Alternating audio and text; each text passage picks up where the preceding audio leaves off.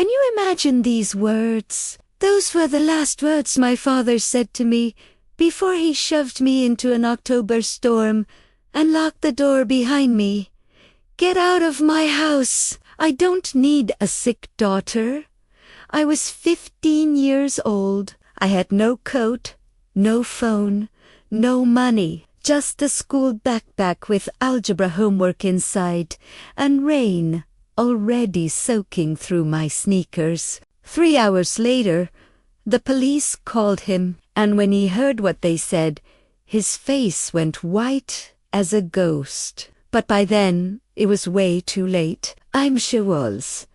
I'm 28 now, sitting in my Boston apartment, watching rain slide down the window. There's a letter on my kitchen table, shaky handwriting on cheap nursing home stationery. After 13 years of silence, my father wants to see me, says he's dying, says he's sorry. Funny thing about rain, it always takes me back to that night, October 14th, 2011. I remember coming home from school like it was any other Tuesday, backpack over one shoulder, head full of the algebra test I'd just aced. I was thinking about dinner, about homework, about the band poster I wanted to buy with my birthday money. Normal 15-year-old stuff. I had absolutely no idea that in less than 2 hours, I'd be walking alone through a freezing storm, wondering if I was going to survive the night. The moment I stepped through that front door, I knew something was wrong. My father was standing in the living room looking like a volcano about to explode.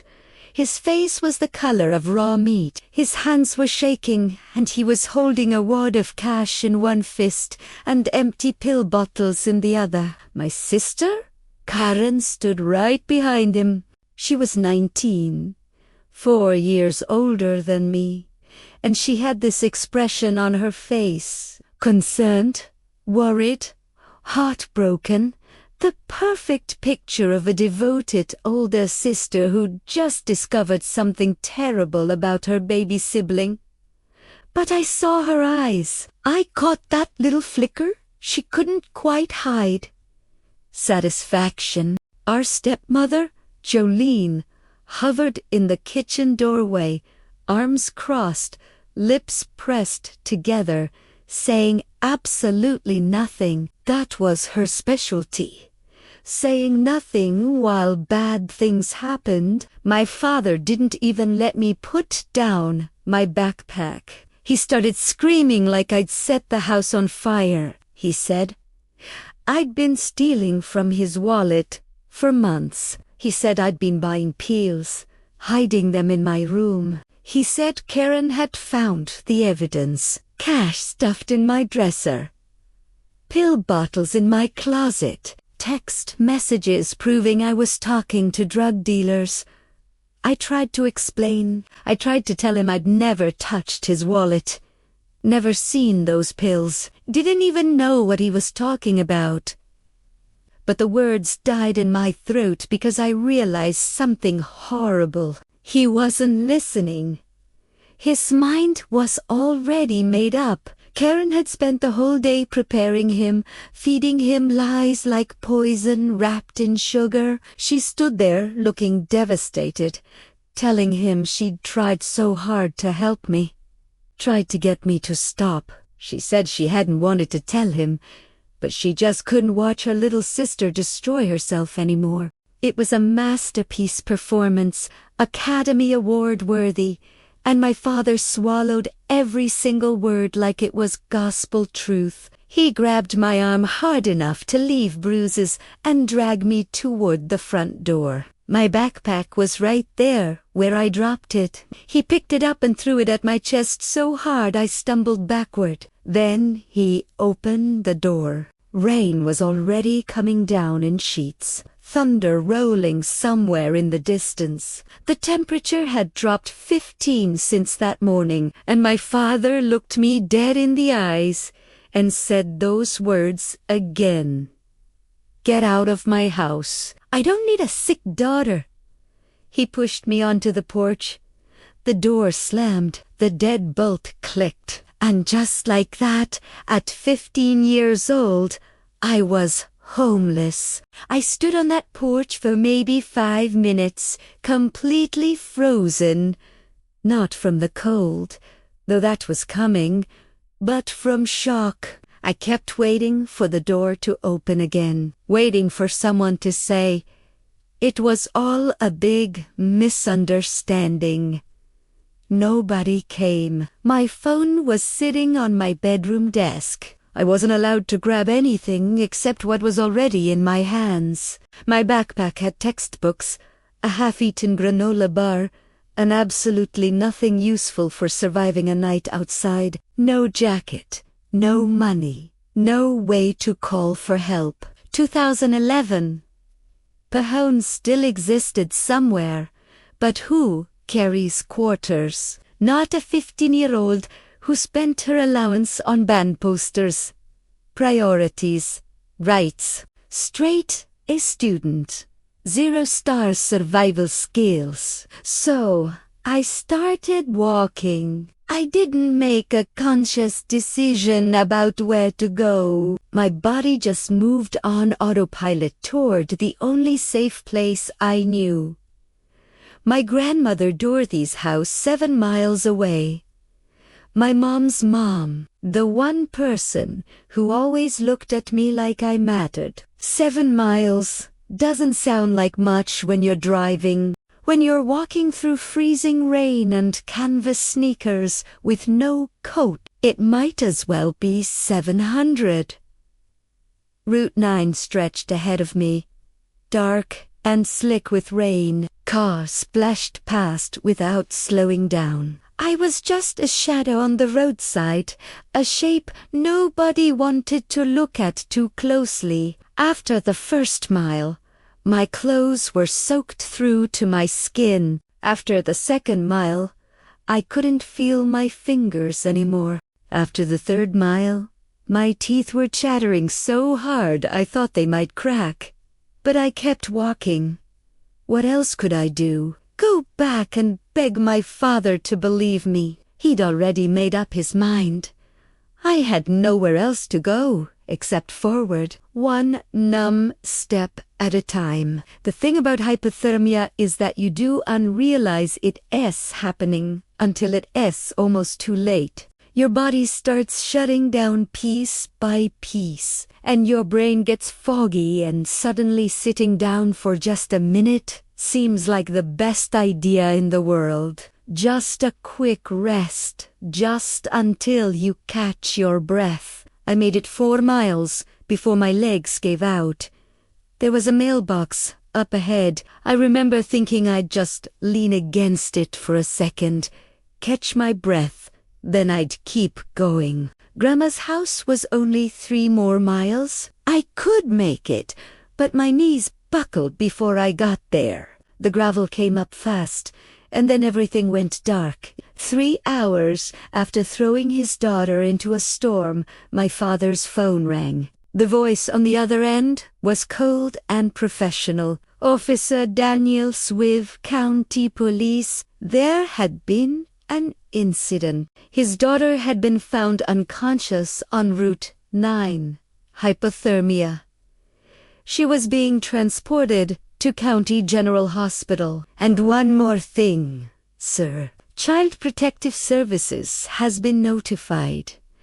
A caseworker is already on site. We have some questions about why a 15-year-old girl was walking alone in a dangerous storm with no coat and no phone. We're going to need you to come down to the hospital and bring whatever evidence you have." My father's face went pale as bone.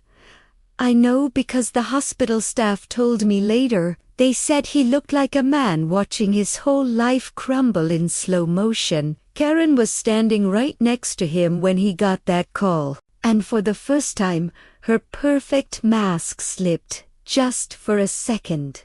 But it was enough. Because here's the thing about that night.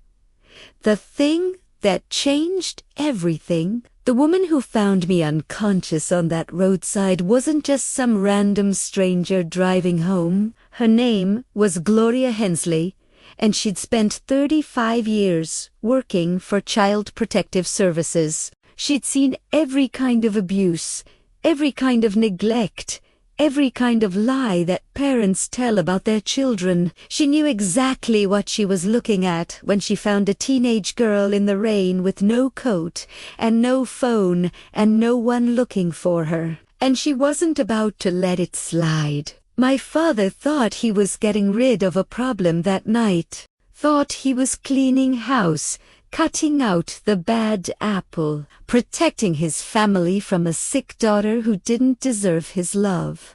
But what he actually did was light a fuse, and he had no idea what was about to explode. Before we continue, if you're enjoying the story, please subscribe and tell me in the comments where you're rewatching from and what time is it there. I see everything.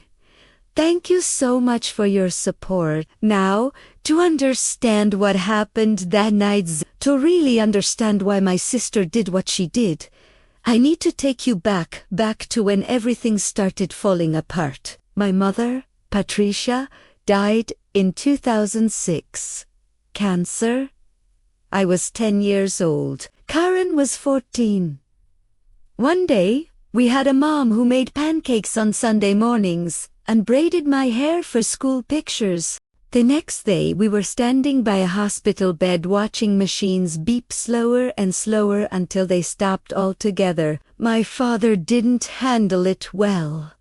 That's putting it mildly. He basically collapsed in on himself like a dying star. Went to work, came home, sat in his recliner, stared at nothing. The house could have burned down around him, and I'm not sure he would have noticed. So Karen stepped up. At 14, she became the one who cooked dinner and signed permission slips and made sure I got to school on time. She became the responsible one, the mature one, the daughter my father could lean on, and he praised her for it constantly. What would I do without you, Karen? You're so grown up, Karen. You're the glue holding this family together, Karen. I don't think he ever once asked how she was handling our mother's death. He just expected her to handle everything else instead. My father had two blind spots in life. His oldest daughter and his beloved, both were worn out, falling apart at the seams, and desperately needed to be replaced, but he couldn't see it. Men in their recliners. I swear what nobody saw, what my father absolutely refused to see, was what happened when he wasn't looking. Karen wasn't just stepping up. She was building a kingdom, and in her kingdom, I was the peasant who needed to be kept in her place. It started small. Homework that mysteriously disappeared the night before it was due. Permission slips for field trips that somehow never made it to my teachers. My favorite shirt shrunk in the wash. Then another. Then another. Oops. Must have been an accident. Birthday party invitations I sent out that my friends never received. Messages from classmates that got lost. A reputation being built brick by brick without me even knowing. She'd go to my teachers with this sad, concerned expression and tell them I was struggling after our mother's death, that I was acting out at home, that they should be patient with me because I was going through such a hard time. She painted a picture of a troubled child, and everyone believed her because she was so mature, so responsible, so caring. I tried to tell my father once, sat him down and explained that Karen was sabotaging me, that she was lying about me to everyone, that something was seriously wrong. He looked at me like I'd lost my mind. "You're just jealous of your sister," he said. "She's trying to help this family. You should be grateful." After that, I learned to keep my mouth shut, stay small, stay quiet, survive until I could get out. 2 years after my mom died, my father Jolene was nice enough at first. She smiled a lot and made casseroles and tried really hard to be part of our family. Karen immediately started calling her mom. It was strategic. I think a way to cement her position as the good daughter, the loyal one. I couldn't do it. I couldn't call this stranger mom when my real mother had only been gone 2 years. It wasn't about Jolene. It was about my own heart not being ready. But that quiet rebellion cost me. From that day forward, Jolene treated me like an outsider in my own home. She and Karen formed their own little club, and I wasn't invited. By the time I was 15, the lines were clearly drawn. Karen was the golden child, the favorite, the one who could do no wrong. I was the troubled one, the difficult one, the daughter who just couldn't get it together. And then there was the money. My mother had set up trust funds for both of us before she died. $45,000 each, accessible when we turned 18. It wasn't a fortune, but it was something, a safety net, a gift from a mother who knew she would be there to help us start our adult lives. Karen turned 18 in 2009 and got her share immediately. It was gone within 11 months. A flashy sports car, designer clothes, expensive gifts for her boyfriend Trent, a smooth-talking guy with big ideas, and absolutely no legitimate income. By the time I was kicked out 2 years later, Karen was completely broke. Her trust fund was a distant memory. And Trent was always talking about his next big opportunity, his next investment scheme, the deal that was definitely going to make them rich. My $45,000 was just sitting there, untouchable until 2014 when I'd turned 18,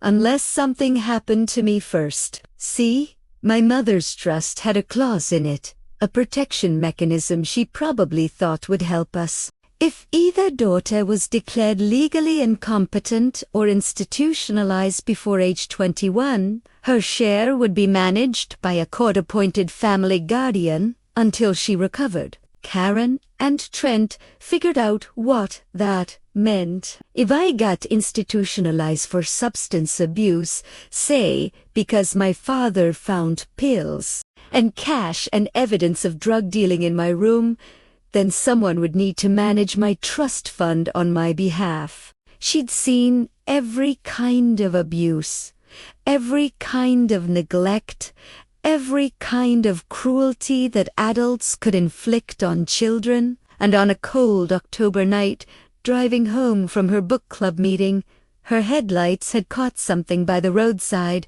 a teenage girl, unconscious, soaking wet. Alone. Gloria pulled over so fast her tires screamed against the pavement. She had an emergency blanket in her trunk, old habits from her CPS days, and she wrapped me up like a burrito while she called 911. She stayed with me until the ambulance arrived. She followed the ambulance to the hospital, and when I woke up 4 hours later, she was still there. That woman might have saved my life. Not just because she found me before the hypothermia finished what the storm started, but because she was exactly the right person at exactly the right moment. She handed me a cup of coffee when I opened my eyes. Hospital cafeteria coffee, the kind that tastes like regret brewed at 200. This is terrible, she said. But it's warm. Primera, la UGD actually laughed. And for the first time in hours, maybe days, she smiled back, this knowing, gentle smile that said she understood more than I realized.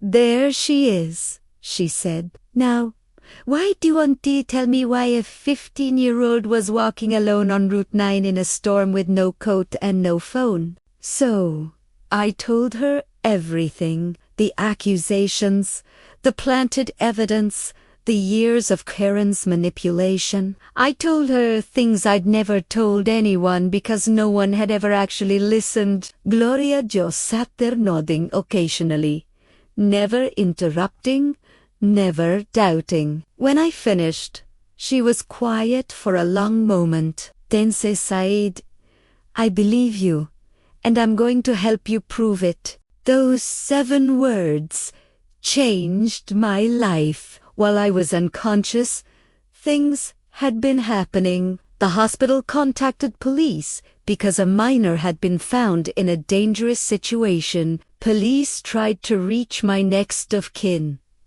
That meant calling my father. I would have loved to see his face when Officer Daniels delivered the news. Apparently, it went something like this. "Mr. Walls, your 15-year-old daughter was found unconscious on Route 9. She says you expelled her from your home this evening during a storm. Hypothermia. She's a county general. We need you to come in. And sir, Child Protective Services has been notified. A caseworker is already on site. Bring whatever evidence you have." My father and Karen arrived at the hospital around 10:15 that night. I was awake by then, sitting up in my hospital bed with Gloria beside me. Also in the room, a CPS caseworker named Maria Santos and a uniformed police officer. Not exactly the welcome committee my father was expecting. He looked shaken. Not guilty. Not yet. Just annoyed and confused, like this was all a big inconvenience. Karen was right behind him, and for the first time in my life, I saw her look nervous. The smirk she'd been wearing when I left wasn't anywhere to be found. They expected to find a scared, apologetic girl, ready to confess her sins and beg to come home. Instead, they found a room full of professionals asking very pointed questions about why a child was wandering alone in dangerous weather with no means of communication or protection. The power dynamic had shifted, and Karen felt it. She tried to run her usual script. Concerned older sister, troubled younger sibling. We just want what's best for her. But Maria Santos wasn't buying it. 30 years of social work had given her a finely tuned radar for deception, and Karen was setting off every alarm. Then my grandmother arrived. Dorothy Reeves was 67 years old, 5'2", in of pure determination, and she was absolutely not in the mood for nonsense. My mother was her only daughter, and I was her only grandchild, and she had never trusted my father or his new family. She lived 40 minutes from the hospital. She made it in 25.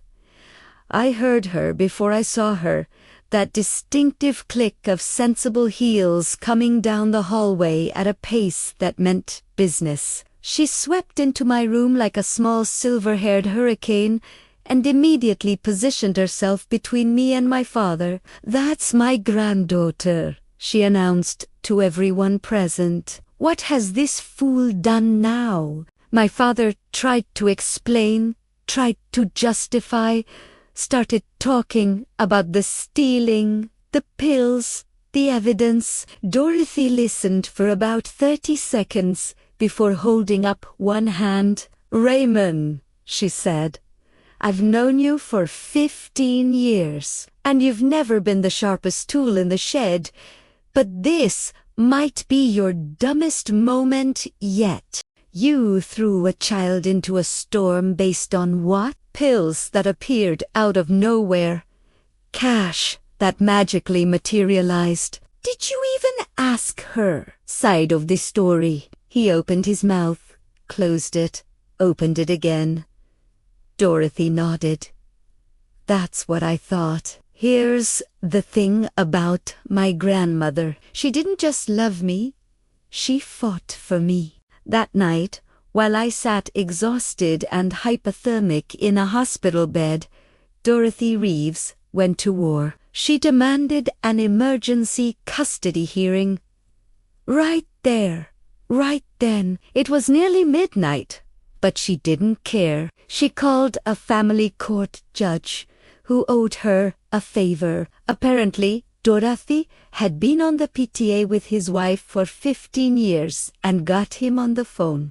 The hospital social worker presented the facts. A minor child expelled into dangerous weather conditions. No investigation conducted before expulsion. No attempt to verify accusations. Child found unconscious with early-stage hypothermia. Father's evidence unexamined by any professional. By 12:30 in the morning, I had a new home. Emergency temporary guardianship was granted to Dorothy Reeves, effective immediately. My father was ordered to have no contact with me until a full investigation was completed. CPS would be interviewing everyone. Me, Karen, my father, Jolene, and they would be taking a very close look at that so-called evidence. As we walked out of the hospital, my father tried one more time. He reached toward me,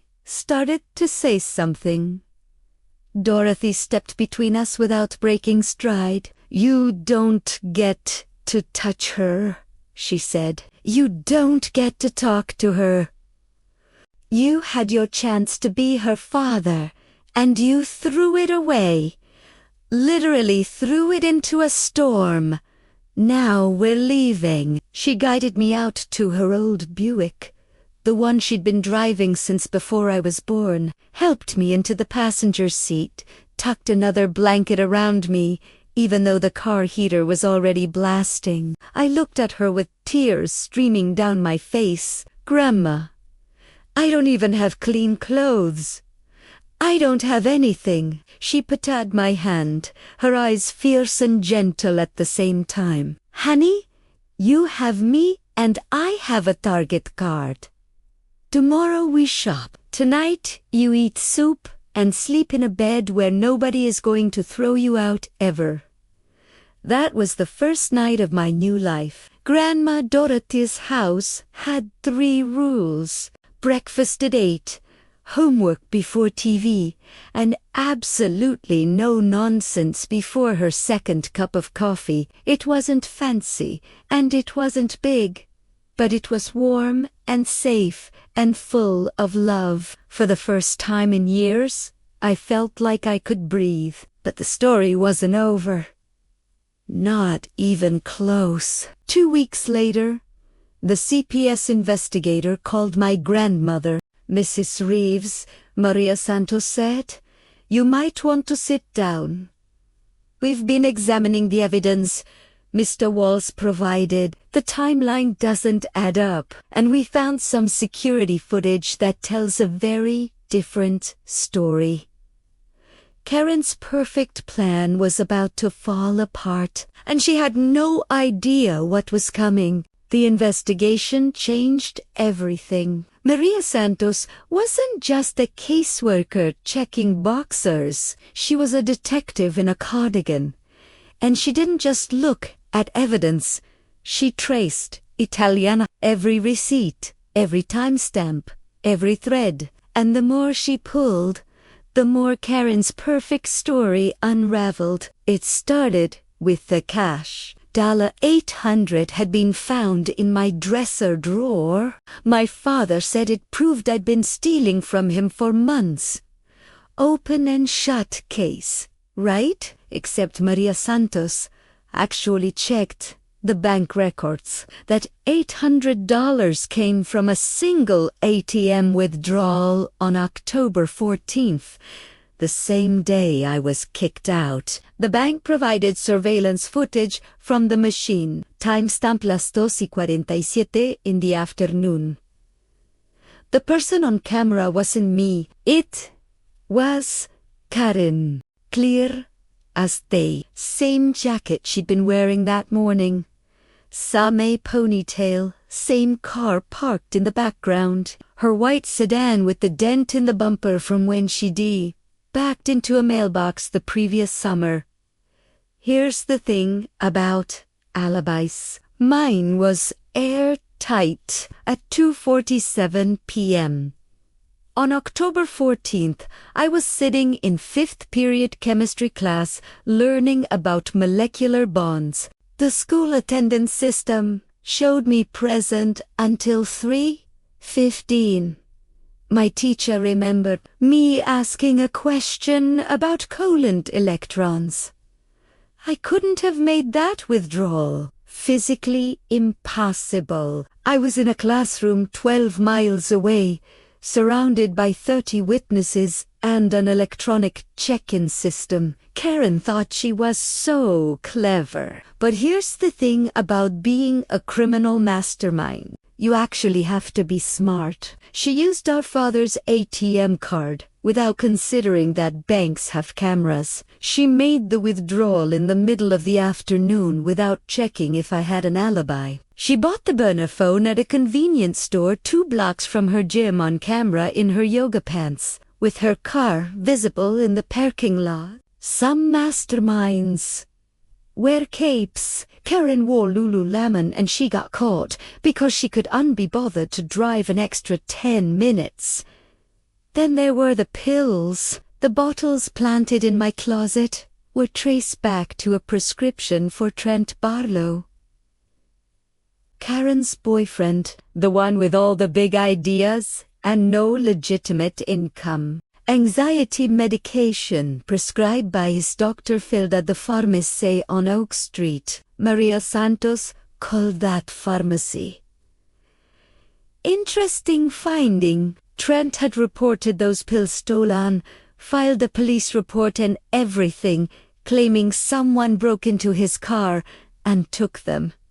Very concerned citizen behavior, except he filed that report on October 17th, 3 days after I was kicked out. If those pills were already stolen and hidden in my room on October 14th, why did Trent wait 3 days to report the theft? The answer was obvious.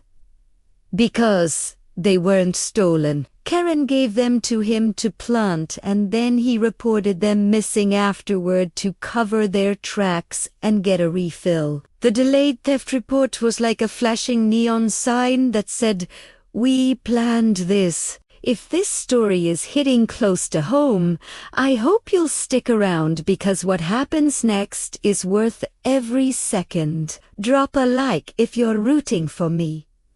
It means the world, but the real smoking gun was the burner phone. The fake drug dealer texts came from a prepaid phone purchased at a convenience store on October 10th, 4 days before everything went down. Maria Santos tracked down the store and requested their security footage. The buyer was a young woman, brown hair in a ponytail, athletic build, paid cash, but her car was clearly visible through the window.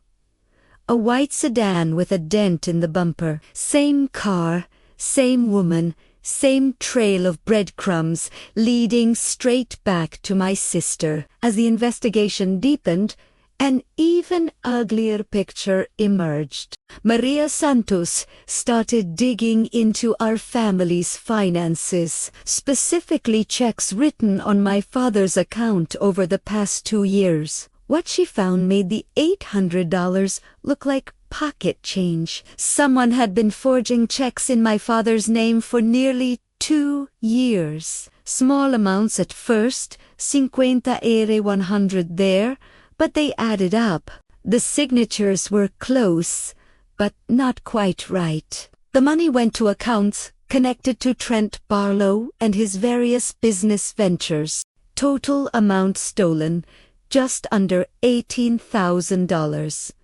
Karen hadn't just framed me. She'd been robbing our father blind for years, and she needed me gone before anyone noticed. My grandmother, Dorothy, wasn't about to let this slide. She hired Leonard Vance, an old family friend who'd practiced family law for 30 years. Leonard filed for permanent guardianship immediately. He also filed a civil suit against Karen for fraud, emotional distress, and whatever else he could make stick. And he made sure my trust fund was protected with additional oversight so nobody could touch it until I turned 18.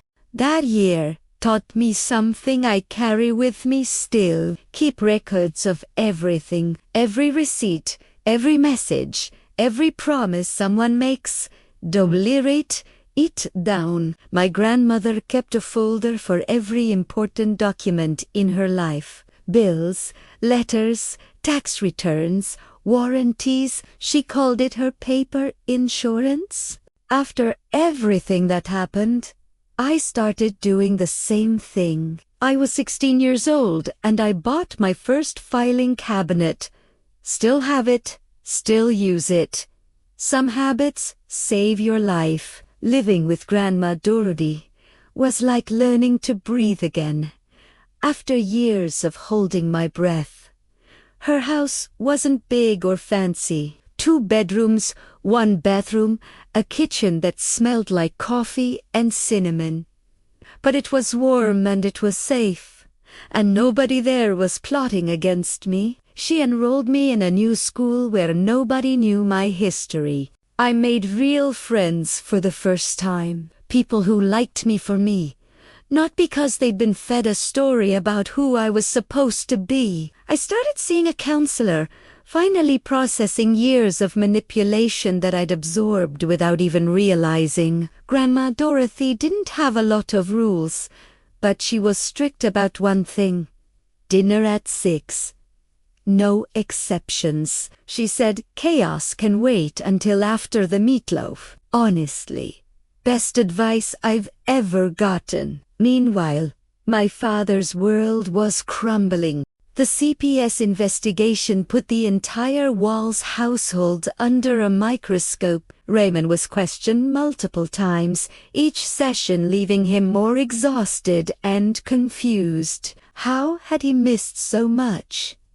How had he been so blind? Jolene started sleeping in the guest room. Conversations between them became clipped, tense, loaded with accusations neither of them wanted to say out loud, and Kieran was furious. Not sorry and never sorry, just angry that her plan had fallen apart. She blamed everyone but herself. The CPS investigator was biased.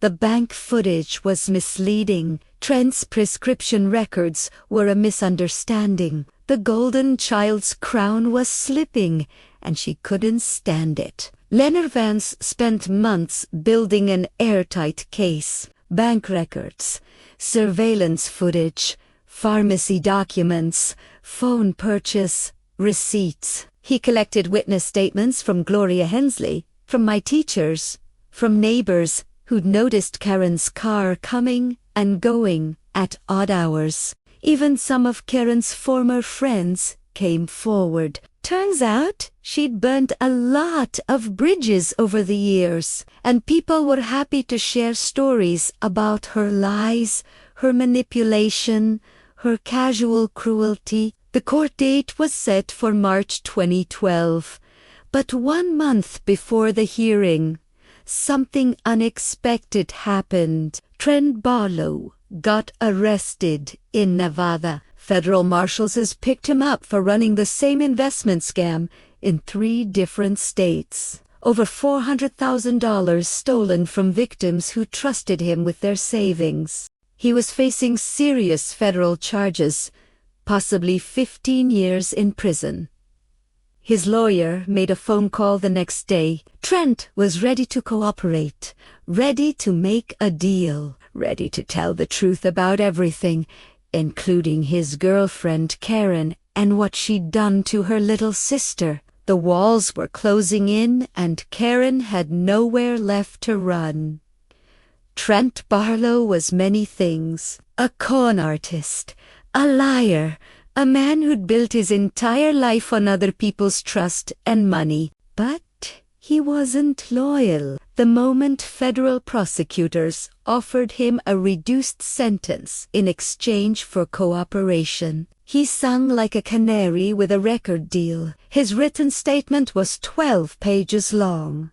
He confirmed everything. The plan to frame me had been Karen's idea from the beginning. She'd been stealing from our father for nearly 2 years, funneling money to Trent for his investments. When she realized her theft was getting harder to hide, she decided she needed a scapegoat. That scapegoat was me. Karen figured I was the perfect target, the troubled younger sister, the one who'd never fit in, the one nobody would believe. She told Trent that getting me institutionalized would solve 2 problems at once. She'd have someone to blame for the missing money, and she'd get access to my trust fund as my guardian. The planning sessions, the pill bottles he provided, the burner phone Karen purchased, the morning she planted the evidence in my room. He even included text messages between them from the days leading up to October 14th. Messages that proved this wasn't impulsive. It was calculated, premeditated, cold. His final line stayed with me. Karen said her sister was a nobody who wouldn't fight back. She was wrong. March 2012, family court. I'd been living with Grandma Dorothy for 5 months, betaine. I'd gained weight, the good kind, the kind that comes from regular meals and actual sleep. I'd made honor roll at my new school. I'd started to remember what it felt like to be a normal teenager. But walking into that courtroom, I felt Kinsey again, scared and small, and wondering if anyone would believe me. Grandma Dorothy squeezed my hand. Leonard Vance nodded reassuringly, and Gloria Hensley was there, too, sitting in the gallery, wearing the same reading glasses and the same fierce expression she'd had the night she found me. The hearing was supposed to be about guardianship, simple stuff, making Dorothy's temporary custody permanent, establishing support obligations, that kind of thing. But it turned into something much bigger. The district attorney had gotten involved. With Trent's confession and the mountain of evidence Maria Santos had compiled. This wasn't just a family court matter anymore. There were criminal charges on the table. Karen sat on the other side of the courtroom with a public defender she'd met an hour before. She looked smaller than I remembered, paler. The confident, golden child who'd controlled our household for a decade now looked like exactly what she was, a scared young woman whose lies had finally caught up with her. Our father sat alone in the gallery. Jolene had refused to come. He looked like he'd aged 10 years in 5 months. The evidence was presented systematically, professionally, devastatingly. ATM footage showing Karen making the withdrawal at 2:47 p.m. My school attendance records proving I was in chemistry class at that exact time. And Trent's confession read into the record, word by word. When it was Karen's turn to take the stand, she tried to maintain her story, tried to look confused and innocent and deeply concerned about her troubled sister. The prosecutor wasn't having it. "M. Walls," she said, showing the ATM photograph, "is this you at First National Bank on October 14th at 2:47 p.m.? Karen swallowed. She looked at the image of herself, clear as daylight. I was getting money for groceries. Groceries? The prosecutor nodded slowly. $800 in cash for groceries. And you didn't mention this withdrawal to your father when you accused your sister of stealing. That exact amount later, that same day. Silence. And the location of this ATM. It's 12 miles from your sister's school, a school where attendance records show she was present until 3:15 p.m.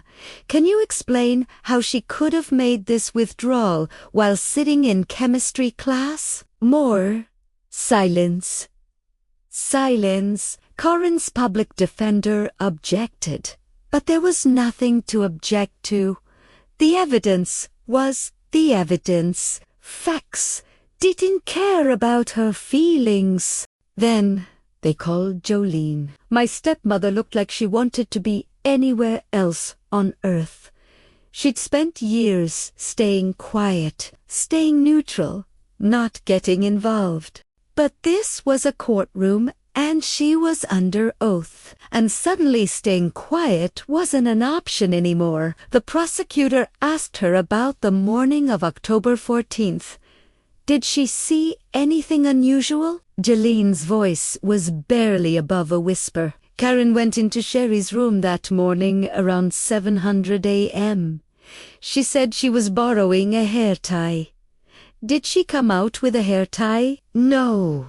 She came out empty-handed. And did you notice anything else in the days before the incident?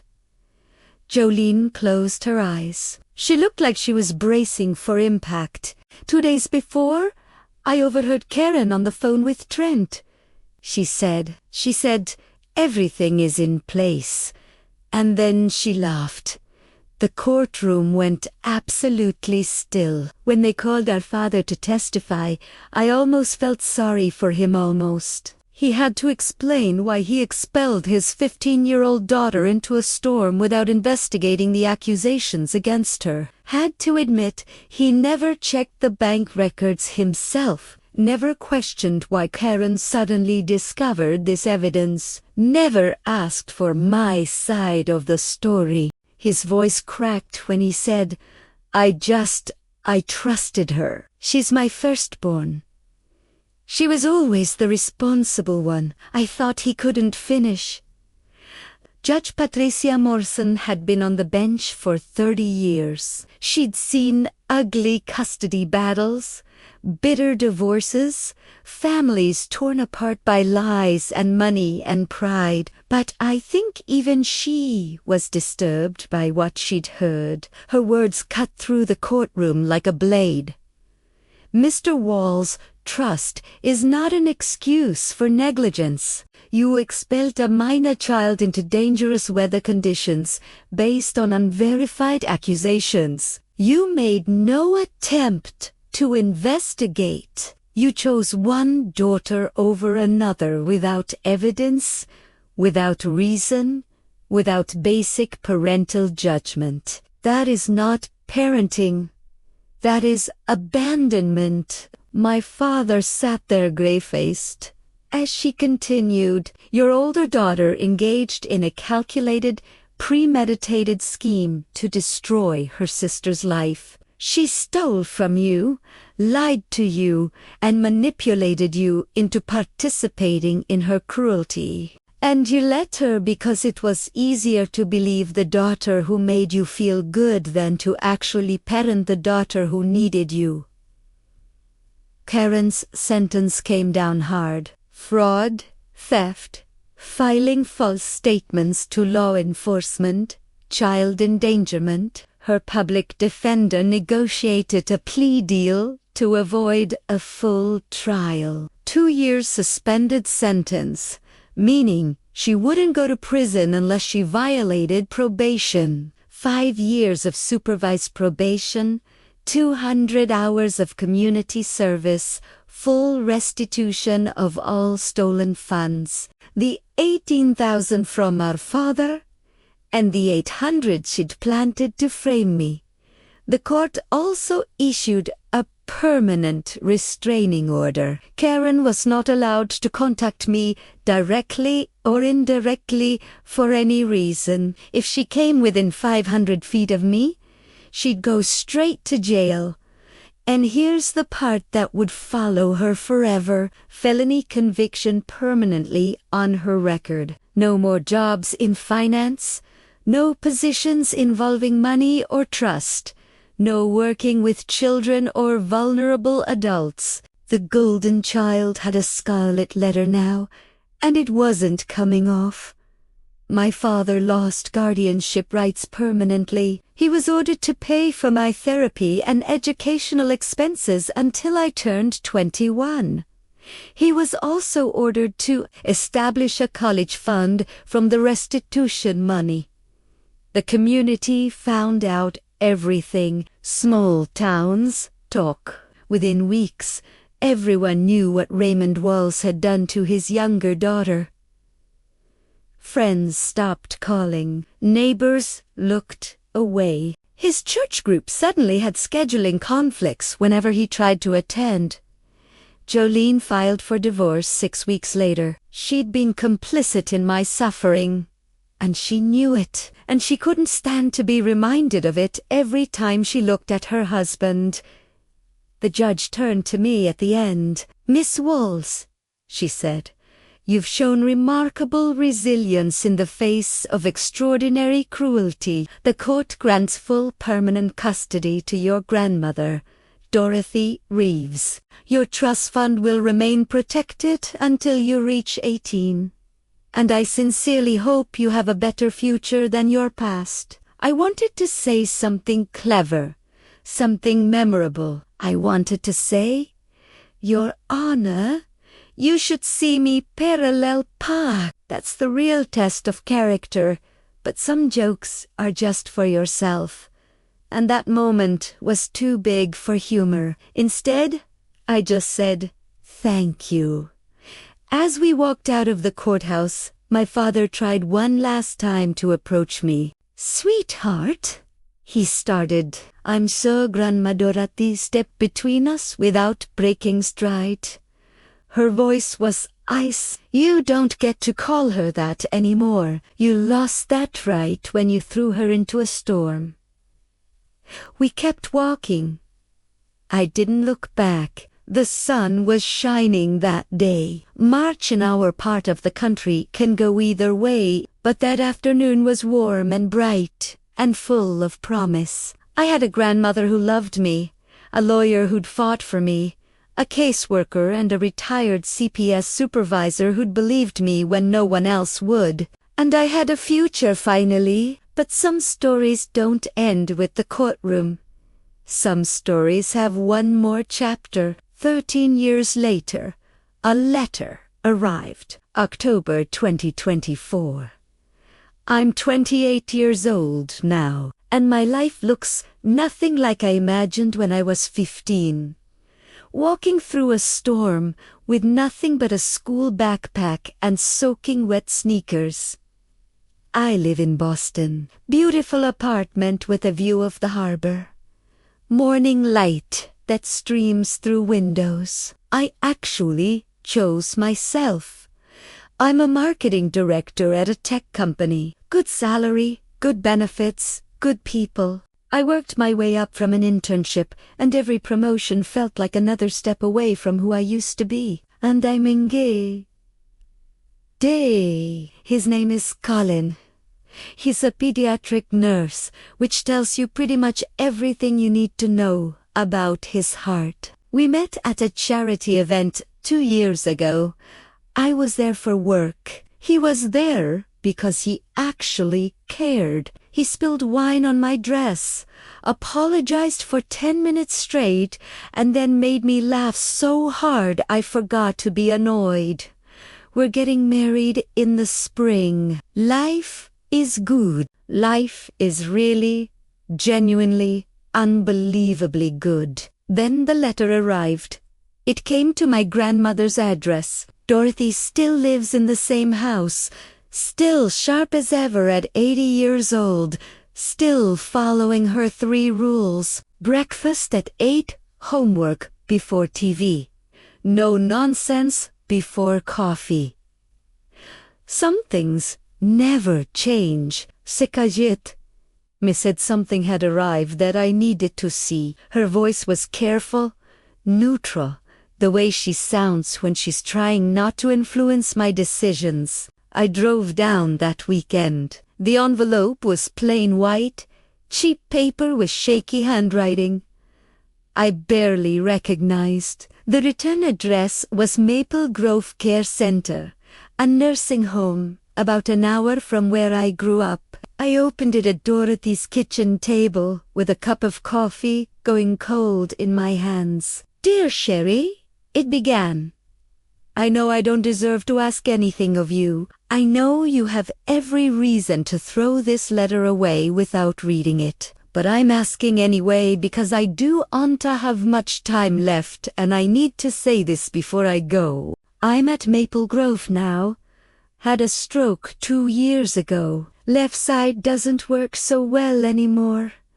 Jolene is long gone. Took half of everything and moved to Florida with some accountant she met online. The house is sold. There's nothing left of the life I thought I had. Karen came to see me last week. I wouldn't let her in the room. I can't look at her. I can't hear her voice without remembering what I did because of her lies. You're the only one I want to see. The only one I need to apologize to. I was your father and I failed you in the worst way a parent can fail a child. I believe lies over truth. I chose comfort over justice. I threw you away like you were nothing. I know you owe me nothing. But if you can find it in your heart to come, just once, I'd like to tell you I'm sorry in person before it's too late. Your father, Raymond. I sat there for a long time. The coffee got cold. The afternoon light shifted across the table. Dorothy didn't say anything. She just waited the way she always had, letting me find my own way. 13 years of silence. 13 years of building a life without him. Did I owe him anything? No, I didn't. But I thought about my mother. I thought about the kind of person she'd raised me to be before she died. I thought about breaking cycles instead of perpetuating them. I decided to go.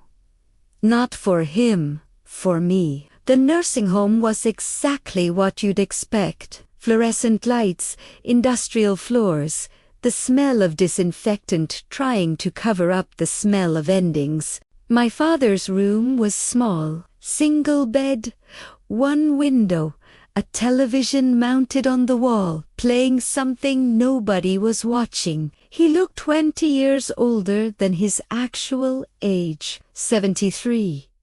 But he could have passed for 90. The stroke had taken something vital out of him, left him crumpled and gray and small in a way I'd never seen. He cried when I walked in. Couldn't speak for the first few minutes. Just sat there with tears running down his face, while I stood by the door, wondering if I'd made a mistake. Eventually, he found his voice. He apologized over and over, stumbling over words, repeating himself because the stroke had taken some of his language to. He said he'd been blind, stupid, cruel. He said losing me was the worst thing he'd ever done. He said he thought about that October night every single day, every single night, every time it rained. I let him finish, didn't interrupt, didn't comfort him either. Then I said what I'd come to say. I forgive you. His face crumpled with relief. But I want you to understand what that means. I pulled a chair close to his bed and sat down. Made sure he was looking at me. Forgiveness doesn't mean I forget. It means I'm choosing not to carry this anger anymore. It is heavy and it has been weighing me down, and I'm done letting you take up space in my heart. You threw me into a storm because you believed a lie. You didn't believe it because the evidence was compelling. You believed it because it was easier, because Karen made you feel good about yourself. And I reminded you of everything you'd lost when Mom died. You chose the comfortable lie over your own daughter. I built my entire life without you. I put myself through college. I built a career. I'm marrying a man who would never ever throw me out in a drizzle, let alone a hurricane. I'm happy. But you need to live with what you did. That's not my burden to carry anymore. It's yours. He nodded, tears still streaming. I don't think he had words left. I know. He finally managed. I know. I just needed you to know I'm sorry. I needed to see you one last time. I stayed for another 20 minutes. We didn't talk much. What else was there to say? I told him about my job, my apartment, Colin, surface things, safe things. He listened like it was the most important conversation of his life. When I got up to leave, he reached out with his good hand, not grabbing, just reaching. I let him touch my fingers for a moment. Then I walked out. In the hallway, a nose stopped me. You're his daughter, right? The younger one. I nodded. She glanced back toward his room, then at me. Your sister came by last week. He refused to see her, told us to send her away. I stood very still. He wouldn't see her. The nurse shook her head, said he could only stomach apologizing to one daughter, and it wasn't her. He got pretty upset about it, actually. Said he couldn't look at her face anymore without seeing what she'd done. I didn't know what to say to that. After all these years of being the rejected one, the throwaway daughter, the one who wasn't good enough, my father had finally rejected Karen, the golden child, the favorite, the one he'd believed without question. Too late to matter, too late to heal anything. But still, something shifted in my chest. Not forgiveness exactly. I'd already given that. Something more like completion. Like the last page of a very long book finally turning. I walked out of that nursing home into October sunshine. Same month, different weather, different life. 13 years ago, October meant rain and betrayal and hypothermia. Now October means falling leaves and pumpkin spice everything. Yes, I'm basic.